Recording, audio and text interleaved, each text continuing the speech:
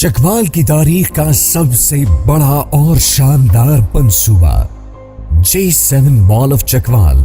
یہ جدید ترین منصوبہ 19 کنال اور 21 فلورز مین تلاگڑھ روڈ کی پرائم لوکیشن پر واقع ہے. ماڈرن کاروباری مرکز اور خوبصورت لائف سٹائل کا آغاز. بکنگ تیزی سے جاری ہے. ڈاؤن پیمنٹ 25% اور بقایا 14 سہ ماہی اقساط میں. پروجیکٹ کی تکمیل 3.5 سال میں مالکانہ حقوق کے ساتھ. J7 مال چکوال میں 500 گاڑیوں 300 موٹر سائیکلوں کے لیے پارکنگ ایریا, 2 فلور نیشنل اور انٹرنیشنل برانڈز کے لیے, mega cash and carry, food court, 4 star hotel, national and international food chain, 5 star رہائشی area, gold market, fun land, ice skating, snooker اور ٹیبل ٹینس ہال, لیڈیز اور gents gym, swimming pool, business lounge, event hall, theatre, beauty salon, apartments, toy market, electronic market, sports care, کپڑا market, roof top مسجد, elevators, ایسکیلیٹرز اور فلی year conditioned. رابطہ کیجیے UAN number 920331 111 1009.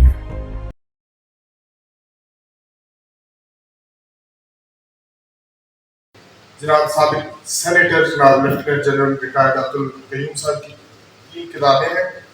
2 کتابیں اردو کی ہیں اور 1 کتاب انگلش کی ہے. کہتی ہے سو زبان سے قرآن کی خاموشی, لائے ذات پاک کی رحمت کا باب ہوں, مجھ میں بھرے علوم ہے دونوں جہان کے, قرآن میرا نام ہے الکتاب ہوں. کلام مجید فرقان حمید سے آج کی اس تقریب کا آغاز کرنے کے لیے تشریف لاتے ہیں محمد ولید خالد.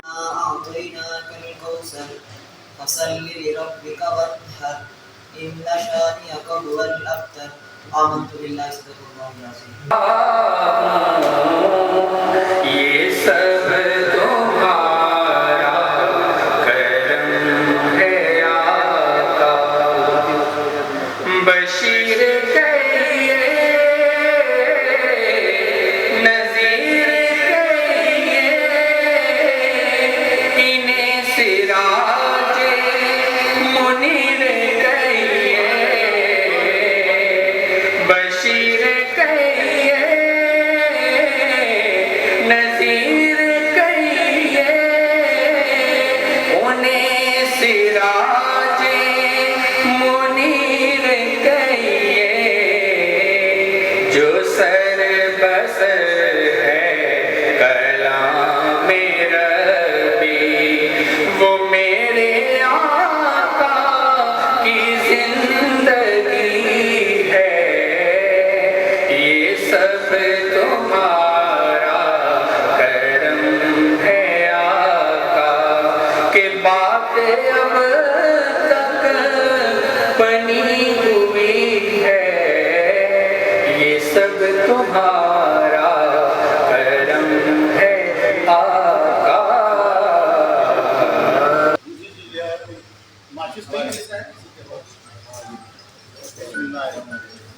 آنی شمع جلائی جا رہی ہیں. جی شمع فروزی کی یہ تقریب ہر تقریب کا حصہ ہونی چاہیے. یہ ایک علامت ہے روشنی کی, تدریس کی, علم کی, آگہی کی.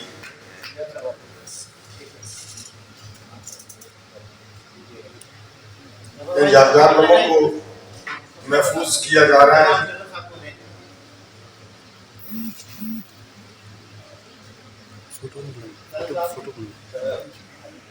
آج کا موضوع بڑی اہمیت کا ہے. جنرل صاحب نے اپنے متفرق مطالعات اور آرٹیکلز کو مصنف نے بیان کیا ہے کہ بلوچستان میں عدم استحکام بھی پاکستان کا ایک اہم اندرونی مسئلہ ہے. بلوچستان کا تاریخی منظر بتانے کے بعد مصنف نے اس بات کی نشاندہی کی ہے کہ دنیا کی بڑی طاقتیں بلوچستان میں انتشار جاتی ہیں اور انڈیا اور چند دوسرے ممالک جو ہیں وہ اس میں پیش ہیں, اور اس میں access to Indian Ocean and position of natural resources وہ سر فہرست ہے. اور بہت زیادہ نیچرل ریسورسز لوٹے جا رہے ہیں بلوچستان سے کرپٹ گورنمنٹس کی وجہ سے. اور سندر پروجیکٹ بھی اور جو دوسرا ریکوڈک کا پروجیکٹ ہے وچ از ورتھ 900 ملین یعنی 900 بلین ورتھ ہے جو ریکوڈک کا ذخیرہ ہے. تو یہ ابھی تک پاکستان سے اس سے استفادہ نہیں کر سکا کیونکہ بہت ضعیف معاہدے کیے گئے جس کی وجہ سے ہم نے اس کو ریکوپ تو کر لیا ہے لیکن فورن کمپنی کے حوالے ہی مجبوراً کرنا پڑا اور وہی وہاں سے پریشر میٹل وغیرہ نکال رہی ہے اور ہمیں ایک اس کا بڑا قلیل حصہ جو ہے وہ مل رہا ہے. حالانکہ یہ جو اپنا وسائل ہیں اس کے وہ پاکستانی وسائل ہیں اور پاکستان کو اس کا لائن شیئر جو ہے وہ ملنا چاہیے. اس کے علاوہ باب سول ملٹری تعلقات نے مصنف نے یہ کہا ہے کہ اس میں بیلنس ہونا چاہیے اور بڑی خوبصورت بات کی ہے. ٹھیک ہے, کیونکہ ایک مضبوط فوج اس ملک کی انتہائی کڑی ضرورت ہے.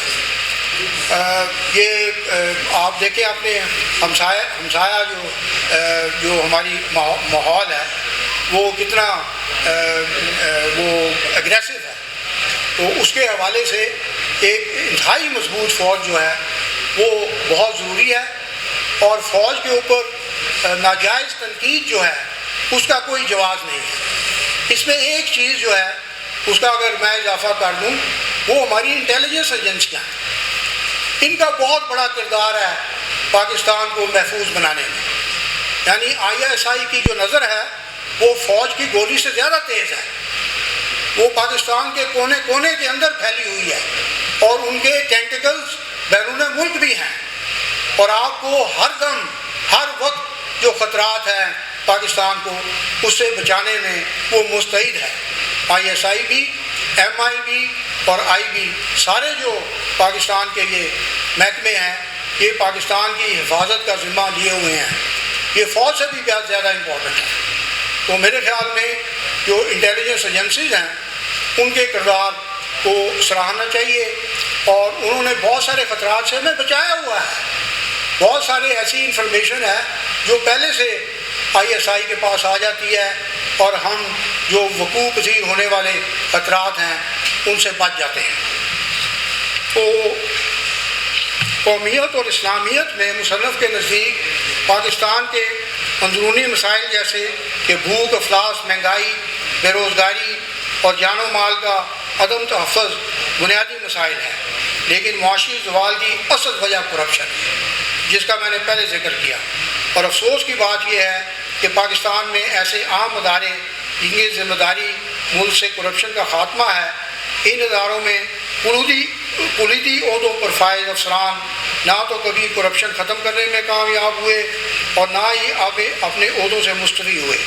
مزید برآں ناکام خارجہ پالیسی اور ایسے ممالک کی جنگ کو اپنی جنگ سمجھ لینا جو کہ نہ تو پاکستان کے دوست ہیں نہ عوام کے ساتھ مخلص ہیں اور نہ ہی پاکستان کی فلاح اور بہتری کے ساتھ کچھ عناصر پاکستان کے اسلامی تشخص, پاکستان کی ایٹمی اثاثے. ان کی یہ جو کتاب ہے learning from the history, he is conscious of the history.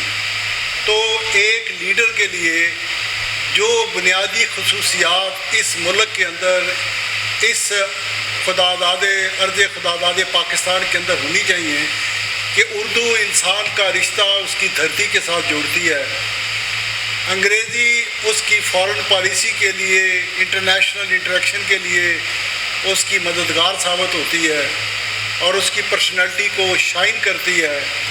اسی طرح سے جو نالج آف ہسٹری ہے وہ اس کی شخصیت کے اندر ڈیپتھ پیدا کرتا ہے. تو جب میں جنرل عبد القیوم صاحب کو دیکھتا ہوں تو مجھے یہ تینوں باتیں جو میں اپنے پوتے کے اندر دیکھنا چاہتا ہوں وہ تو آلریڈی ان کے اندر موجود ہیں. اور آج کی ان کی یہ تینوں کتابیں جو ہیں اس سے ان کی شخصیت کے یہ پہلو بہترین طور پر اور بہت اچھے طریقے سے اجاگر ہو رہے ہیں. جنرل قیوم صاحب سے میرا بڑا پرانا رشتہ ہے اور اس رشتے کے کئی محرکات ہیں. سب سے پہلی بات تو یہ ہے کہ میں افواج پاکستان کو اپنا آئیڈیل سمجھتا ہوں اور اس کی بنیادی وجہ یہ ہے کہ میرا خمیر اس مٹی سے ہے، چکوال کی مٹی سے ہے، اور یہ شہیدوں اور غازیوں کی سرزمین ہے، یہ وفا کے پیکروں کی سرزمین ہے جو اپنے وطن کی دفاع کے لیے، اس ملک کی سرحدوں کی حفاظت کے لیے اپنی جانوں کا نذرانہ پیش کرتے ہیں، اور وفا اور محبت اور خلوص اس دھرتی کی پہچان ہے۔ تو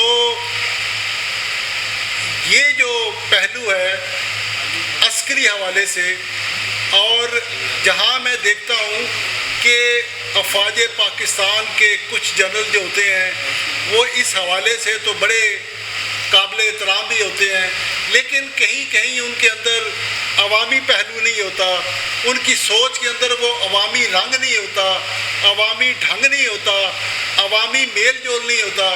تو میں دیکھتا ہوں کہ جنرل قیوم صاحب کے اندر وہ عوامی پن بھی ہے، ان کی ایک عوامی شخصیت ہے۔ وہ جب اسٹیل مل کے چیئرمین تھے یا پی ایف کے چیئرمین تھے تو وہاں جو مسجد تھی وہاں اس کی یہ امامت بھی کرایا کرتے تھے۔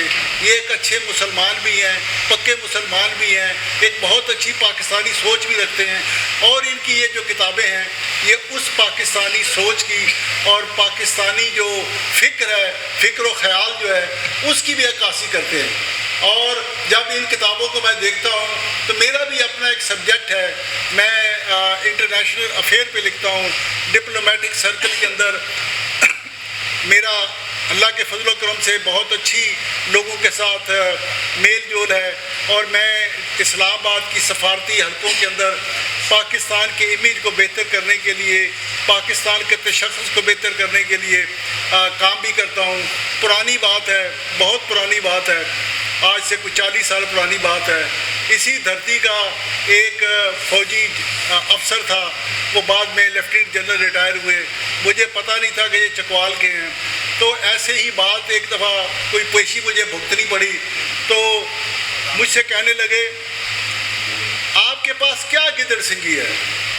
یہ سارے جو اسلام آباد کے سفیر ہیں، اس وقت بڑی دہشت گردی بھی نہیں تھی، امبیسڈر بھی تھے، لوگوں کے پاس وقت بھی ہوتا تھا۔ تو میری شاپ جو تھی ڈی واٹسن سپر مارکیٹ میں، اس پہ سفارتکاروں کی لائنیں لگی ہوتی تھی۔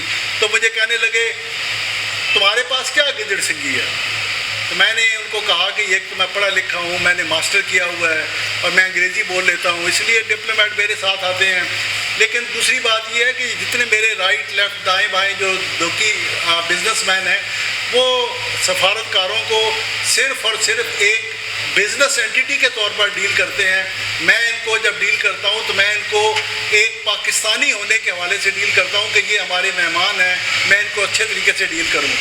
تو یہ جو پاکستان کی جو محبت ہے، جو وطن کی مٹی کے ساتھ محبت ہے، میں سمجھتا ہوں کہ آپ اگر ڈاکٹر جنرل عبدالقیوم صاحب کے کالموں کا مشاہدہ کرتے ہیں، ان کو پڑھتے ہیں، تو ایک ایک جگہ پر ان کی شخصیت کے یہ پہلو موجود ہیں۔ اور یہ جو پاکستان عالمی تناظر میں، یہ میں کہتا ہوں کہ اس کتاب کو پڑھنے کے بعد بندہ اس سوچ پہ مجبور ہو جاتا ہے کہ اگر ان کو پاکستان کا وزیر خارجہ اب تک کیوں نہیں بنایا گیا؟ اگر یہ ان کو اس ملک کا وزیر خارجہ بنایا جاتا تو میں سمجھتا ہوں کہ پاکستان کی جتنے بھی مسائل ہیں، اس وقت ہم جس بھی بحران سے دوچار ہیں، جب سے پاکستان بنا ہے اس کا بنیادی محرک یہ ہے کہ ہماری خارجہ پالیسی ہے، وہ ہماری خارجہ پالیسی کی ناکامی ہے۔ ہم اس پہ بات تو کرتے ہیں، ہم اس کا شعور بھی رکھتے ہیں، لیکن ہم نے کبھی بھی پاکستان کی خارجہ جو حکمت عملی ہے، پاکستان کی جو خارجہ پالیسی ہے، اس کو ایک درست سمت میں آگے بڑھانے کے لیے کبھی کام نہیں کیا۔ ہمارا ہمیشہ سے یہ ایک سوچ رہی ہے کہ پاکستان کو نیوٹرلٹی پہ رہنا چاہیے، پاکستان بڑی عالمی طاقتوں کی آویزش میں نہ آئے۔ اور ذوالفقار علی بھٹو وہ لیڈر تھا جس نے پاکستان کو سیٹوں سینٹوں سے علیحدہ کیا، پاکستان کو نان الائنڈ کانفرنس کے اندر لے کر گیا، پاکستان کے نیوٹرلٹی کے تشخص کو اس نے ابھارا۔ لیکن اس کے باوجود ہم ہسٹری سے سبق نہیں سیکھتے اور ہم پھر وہی غلطی کرتے ہیں، پھر اسی کے پاس جاتے ہیں، پھر اسی سے دوا مانگتے ہیں، اور اس طرح سے ہماری جو خارجہ پالیسی ہے وہ اسی چکر کے اندر چلتی جا رہی ہے۔ ابھی یہاں ایک ڈاکٹر صاحبہ نے جو ماہر معیشت بھی ہیں انہوں نے معیشت کے حوالے سے بھی بات کی ہے. میں سمجھتا ہوں کہ اگر جناب جنرل عبدالقیوم صاحب کو پاکستان کا وزیر خزانہ ہی بنا دیا جاتا تو تب بھی پاکستان کی تقدیر بدل سکتی ہے. دیکھیے آج تک پاکستان کا وزیر خزانہ کوئی ایم این اے نہیں بنتا، یا تو وہ سینیٹر ہوگا یا وہ ٹیکنوکریٹ ہوگا. اگر ایم این اے بنے گا تو اس کو پتہ ہوگا کہ میں اس ملک کی ایسی پالیسیاں بناؤں، میں نے کل پھر لوگوں کے پاس جانا ہے، ان سے ووٹ لینا ہے، اور مجھے عوام کی بہبود، عوام کی خوشحالی میرے پس منظر میں اور میرے پیش نظر ہونی چاہیے. لیکن بدقسمتی ہے کہ پاکستان کی تاریخ میں صرف شاید ایک دفعہ ایک ایسا وزیر خزانہ آیا جو کہ وہ بھی 6 مہینے رہا اور اس کو بھی تبدیل کر دیا گیا. تو جب تک ہم اپنی سمت درست نہیں کریں گے پاکستان معاشی بحرانوں سے دوچار رہے گا. اور پاکستان کا معاشی بحران جو ہے، کیونکہ میں ایک بزنس مین بھی ہوں، میں یہاں ان کی نمائندگی کرتے ہوئے بات کروں گا کہ دیکھیے اس ملک کے اندر، اس ملک کی اگر تقدیر کسی نے بدلنی ہے تو پاکستان کی بزنس کمیونٹی نے بدلنی ہے، جس کے ٹیکسوں سے یہ ملک چلتا ہے. یہ پاکستان کا، ابھی ڈاکٹر بلال صاحب بتا رہے تھے کہ 6,000 ارب روپے جو ہے وہ ہمارا اس وقت ریونیو کلیکشن ہے. تو یہ 6,000 ارب روپے کہاں سے آتا ہے؟ تاجروں کو بدنام کرنے کے لیے کہا جاتا ہے کہ یار یہ تو تنخواہوں جو سرکاری ملازمین ہوتے ہیں ان کی تنخواہوں سے یہ ٹیکس بنتا ہے.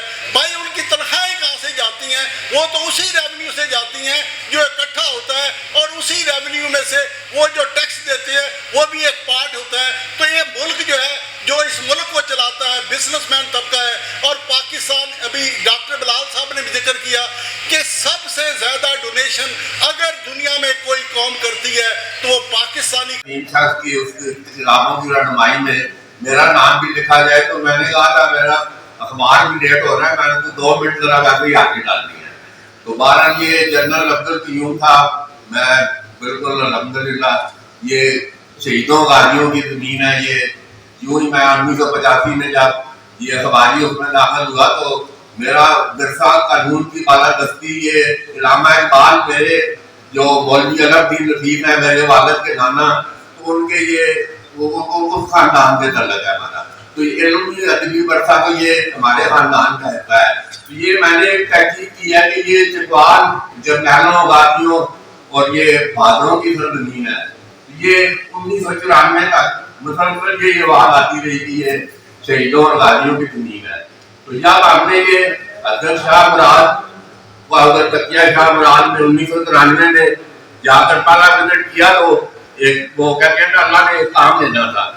وہ پروفیسر نثار ترابی، یہ ڈاکٹر باقر وسیم کے گورنمنٹ افسر مال کالج کے، تو وہ حضرت شاہ مراد کی ایڈمیشن کرنے کے لیے چکوال آئے. تو ہم نے جب ان کو ڈاکومنٹ سارے پیش کیے تو یہ بات جنرل قیوم کا میں بار بار کے دہرا رہا ہوں، تو یہ ثابت ہوئی کہ اردو غزل کا بانی ولی دکنی کو ادھر ریکارڈ میں ڈالا تھا. اردو غزل کے بانی ولی دکنی ہے، مگر جب ہم نے تمام ڈاکومنٹ پیش کیے اور یہ بات ثابت ہو گئی کہ ولی دکنی تو حضرت شاہ مراد کے 50 سال بعد پیدا ہوئے ہیں. یہ دھرتی اردو اور پنجابی غزل کے بانی حضرت شاہ مراد کی دھرتی ہے. یہ ہمارا میں سمجھتا ہوں کہ یہ آج اگر شرح خان جی ڈاکٹر بلال کا 100% ہے تو یہ میرا یقین ہے کہ یہ شاہ مراد کی زمین ہے.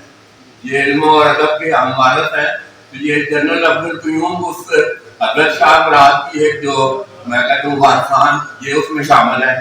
کتابیں لکھنی ہیں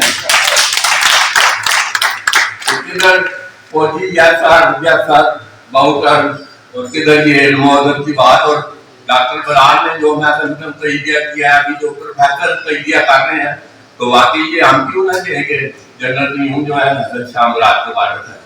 تو بارے میں یہ حوالے سے بھی کہ پریس کلب کے ساتھ جنرل قیوم کا بڑا قریبی رشتہ ہے. اور بلکہ 2013 میں جب وہ ٹکٹ کا مسئلہ تھا، یہی خدشہ تھا کہ ٹکٹ کوئی نہیں مل رہا جنرل قیوم کو، تو پریس کلب نے قرارداد پیش کی تھی کہ جنرل قیوم کو سینٹ کا ٹکٹ دو. تو یہ بات ریکارڈ پر ہے.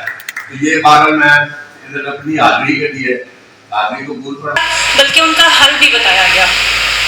مصنف کے مطابق چونکہ میرا تعلق اکنامکس ڈپارٹمنٹ سے ہے تو میں اس کے جو میرے لیے دلچسپی کے زیادہ حامل باب رہے وہ اکنامک ریلیٹڈ چیپٹرس ہیں.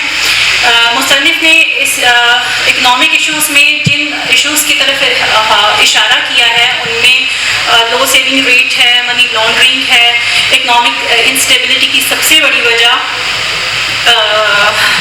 کرپٹ اکنامک سسٹم ہے, پھر لو جی ڈی پی جو ہے گروتھ ریٹ ہے, اس کے علاوہ high debt to G D P ratio ہے. اگر انہی اکنامک مسائل کو میں اکنامک تھیوری کے ساتھ ریلیٹ کروں تو ڈیولپمنٹل اکانومسٹ ہیں مائیکل پی ٹوڈیرو, وہ اپنی کتاب ڈیولپمنٹ اکنامکس میں انہی مسائل کا تذکرہ کرتے ہوئے کہتے ہیں کہ جو بھی ڈیولپنگ نیشنز ہیں ان کا ڈیولپمنٹ کی طرف جانے میں جو سب سے زیادہ ہرڈلس ہیں وہ یہی مسائل ہیں, جس میں لو سیونگ ریٹ ہے, کرپٹ اکنامک سسٹم ہے اور ایکسچینج ریٹ ڈیپریسیشن ہے. ٹوئن ڈیفیسٹ ایک بڑی کاز ہے اکنامک اسٹیبلٹی کی. Twin deficit means budget deficit and trade deficit as well. انہی پوائنٹس کے ساتھ اگر میں حوالہ دوں ڈبلیو راسٹو کا, تو اکنامک ڈیولپمنٹ میں جب ہائر آپ نے اسٹیجز کو ٹچ کرنا ہوتا, ڈیولپمنٹ میں موو کرنا ہوتا, تو ٹوٹل وہاں پہ 5 اسٹیجز ہیں ڈیولپمنٹ کی. اور ہر اگلی اسٹیج پہ جانے کے لیے ہمیں جو وسائل ہمیں درکار ہیں وہ ہے high saving and investment ratio. اس کے علاوہ ایک اور اکنامک مسئلے کا جنرل صاحب نے جو تذکرہ کیا ہے وہ ہے ہمارا اندرونی اور بیرونی قرضہ جات کا بہت زیادہ ہونا. پاکستان کا جو ڈیٹ لمیٹیشن ایکٹ ہے 2005 کا, اس کے مطابق پاکستان جو ہے وہ 70% سے زیادہ قرضہ جات نہیں لے سکتا, لیکن فسکل ایئر 2022 میں یہ debt to G D P ratio 100.3% of G D P تک پہنچ چکی ہے. مطلب اتنا ہم ارن نہیں کر رہے جتنے ہمارے قرضہ جات ہیں جن کو ہم نے ری پے کرنا ہے. تو then how will we develop. سو اگر میں کتاب کی ڈیٹیلس میں نہیں زیادہ جاؤں گی, اگر میں کچھ چیپٹرز کا تذکرہ کروں تو یہ کتاب صرف معاشی بحران کی طرف اشارہ نہیں کرتی, جیسا کہ بھی پروفیسر بلال صاحب نے یہاں پہ ذکر کیا ہے کہ اس میں law, public policy, history, geography, economic, political science اور سوشیولوجی, ہر ایک مکتب فکر کی طرف جو مسائل ہیں ان کی طرف اشارہ کیا گیا ہے. تو میں اپنی گفتگو کو مختصر رکھتے ہوئے اس بات کی طرف اپنی بات کا اختتام ان الفاظ کے ساتھ کروں گی کہ چونکہ being head of department of economics, میں تو ڈیفینیٹلی اپنے اسٹوڈنٹس کو یہ بک ریفر کرنے والی ہوں, ریکمینڈ کرنے والی ہوں کورس کے لیے. ہم اسپیشل بچوں کو ایک کورس پڑھاتے ہیں economic issues of Pakistan economy. تو اس سے اچھی بک کیا ہو سکتی ہے؟ آپ کو پتہ, ہم جب بک پڑھنی شروع کرتے ہیں تو 10 منٹ بعد ذہن کہیں گھومنا شروع ہو جاتا ہے. اس بک کی خوبصورتی اور خاصیت یہ ہے کہ اتنے ڈائیورسیفائڈ ٹاپکس ہیں کہ دھیان کہیں اور جاتا ہی نہیں. ایک مضمون ختم ہوتا ہے تو ڈفرینٹ ایک ٹاپک کے اوپر دوسرا مضمون آ جاتا ہے, تو جس کی وجہ سے ہماری توجہ بنی رہتی ہے. تو ڈیفینیٹلی اسٹوڈنٹس کے ساتھ میں اپنے سیاستدانوں کو, پالیسی میکرز کو, اساتذہ کو بھی یہ بک ریکمینڈ کروں گی. اور آخر میں جنت صاحب میں آپ کا شکریہ ادا کرتی ہوں کہ آپ نے اتنی اچھی کتاب لکھی اور ہمیں اس کو ریویو کرنے کا موقع دیا. Thank you so much. Doctor Muniba Sana صاحبہ, چیئرمین شعبہ معاشیات یونیورسٹی آف چکوال, اپنے ذریعہ خیالات سے ہمیں مستفید فرما رہی تھی. عقابی روح جب بیدار ہوتی ہے جوانوں میں, نظر آتی ہے ان کو اپنی منزل آسمانوں میں. اب تشریف لاتے ہیں deputy director quality enhancement cell university of Chakwal, اب شعبہ عمرانیات کے پروفیسر ہیں, اور ان کی تحقیق جو ہے وہ انسانی نفسیات, مذہب اور روحانیت کا انسانی احساسات اور خوشی سے تعلق, اس پہ ان کی جو ہے وہ بڑا دلچسپ موضوع ہے. اور ان کو جناب میں دعوت خطاب دیتا ہوں. انہوں نے بک ریویو کرنی ہے, دوسری جو کتاب ہے پاکستان عالمی تناظر میں, اس پہ آپ جو ہے وہ تشریف فرمائیں اور اس پہ اپنے ذریعہ خیالات سے ہمیں مستفید فرمائیں. جناب ڈاکٹر ملک محمد سہیل صاحب نے یہ سارا پروگرام آرگنائز کیا. کہتے ہیں اگر آپ کے سامنے کسی کتاب کا مصنف تشریف فرما ہو تو اس کا ریویو دیتے ہوئے ہاتھ کانپتے ہیں, لیکن میرا خیال ہے کہ اگر اس کتاب کا مصنف ایک ریٹائرڈ جنرل ہو تو ٹانگیں بھی کانپتی ہیں. تو اچھا جنرل عبدالقیوم صاحب پاکستان کے اندرونی اور بیرونی مسائل پہ یکساں ان کی گرفت بھی ہے، اور یہ جرنیلوں کے ان کیڈر میں ہیں جو تھنکنگ جرنیل ہیں اور انٹلیکچوئل ٹچ ہیں ان میں، اور وہ ان کی کتاب پڑھ کے مجھے نظر آیا. اور نہ صرف پاکستان کے اندرونی اور بیرونی مسائل کے بارے میں وہ فکر مند نظر آتے ہیں ان کتب میں، بلکہ ان کے حل کے لیے کوئی حکمت عملی کے متلاشی بھی نظر آتے ہیں، صرف وہ مسائل کو ہائی لائٹ نہیں کرتے نظر آتے ہیں. ان کی جو کتاب ہے پاکستان عالمی تناظر میں، یہ پولیٹیکل سوشیولوجی کے اسٹوڈنٹس کے لیے اس لیے نہایت اہم ہے کہ پاکستان کی دنیا میں جو سوشیو پولیٹیکل اور اکنامک پوزیشنالٹی ہے اس پہ یہ گہرائی سے اس کا تجزیہ کرتی ہے.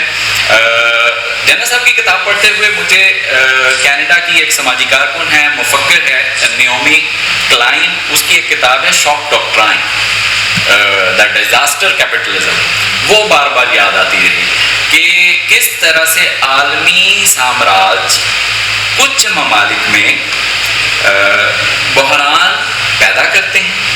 وہ بحران سیاسی بھی ہو سکتے ہیں، عسکری بھی ہو سکتے ہیں، معاشی بھی ہو سکتے ہیں، اور ان بحرانوں کو مینوور کرتے ہیں اور پھر ان کو معاشی طور پہ کنٹرول کیا جاتا ہے. اگر پاکستان کا پچھلے 75 ایئرز کا ہم تجزیہ کریں تو ہمیں نظر آتا ہے کہ ڈیزاسٹر کیپٹلزم کس طرح کام کر رہا ہے اور کس طرح سے پاکستان کے اندر سیاسی بحران پیدا کیا جاتا ہے اور اس کا فائدہ ملٹی نیشنل کارپوریشنز اور عالمی مالیاتی ادارے کس طرح سے اٹھاتے ہیں. اور پھر جس طرح ڈاکٹر منیبا فرما رہی تھی کہ پاکستان کی معاشی صورتحال کو پاکستان کی سیاسی صورتحال سے الگ کر کے کبھی بھی نہیں دیکھا جا سکتا.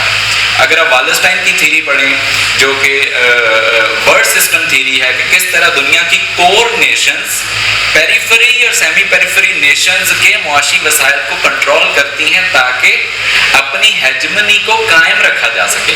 جیسا کہ یونائٹڈ اسٹیٹس آف امریکہ کو اگر آپ دیکھیں، اس کی معاشی جو اس کی اجارہ داری ہے دنیا پہ، اس کو جیسے ہی چائنا چیلنج کرنے جا رہا ہے تو وہ دنیا میں مزید مسائل پیدا کرنے کی کوشش کر رہا ہے. مجھے یاد ہے چند سال قبل میرا جب ہارورڈ کینیڈی اسکول جانے کا اتفاق ہوا تو ہم جب بھی وہاں لیکچر سننے جاتے تھے، ان کا پالیسی کا ایک بڑا اسکول ہے جہاں سے اکنامک اور سوشل پولیٹیکل پالیسی مرتب ہوتی ہے امریکہ کی، تو وہاں پہ صرف ایک موضوع پہ زیادہ فوکس ہوتا تھا کہ کس طرح امریکہ کی سپر پاور ہونے کی حیثیت کو سسٹین کیا جائے. وہاں پہ یہ بات نہیں ہوتی کہ پیلسٹائن اور سیریا، یمن، کشمیر اور ان کے کیا مسائل ہیں، بلکہ بات صرف یہ ہوتی ہے کہ یونائٹڈ اسٹیٹس آف امریکہ کی اکنامک اور پولیٹیکل ہیجمنی کو کیسے مینٹین رکھا جائے. جنرل صاحب کی کتاب میں جو پہلا مضمون ہے خارجہ پالیسی، صفحہ نمبر 15 ہے، وہ اس میں فرماتے ہیں کہ پاکستانی قوم کو دنیا میں آپریشن یا ریپریشن کے خلاف واضح آواز بلند کرنی چاہیے. اب یہی مسئلہ ہے کہ پاکستان چونکہ معاشی بحرانوں کا شکار رہا تو پاکستان جب بھی اپنے فلسطینی یا کشمیری بھائیوں کے آپریشن کے خلاف آواز بلند کرنے کی کوشش کرتا ہے تو وہ مزید اس کو ٹائٹ کر دیتے ہیں معاشی حالات کو. IMF کے ذریعے FATF ایک نیا ہمارے سامنے چیلنج رہا ہے پچھلی ایک دہائی میں. تو یہ بڑا چیلنج ہے کہ جب تک ہم معاشی طور پہ آزاد نہیں ہوں گے ہم سیاسی فیصلے بھی نہیں کر سکتے.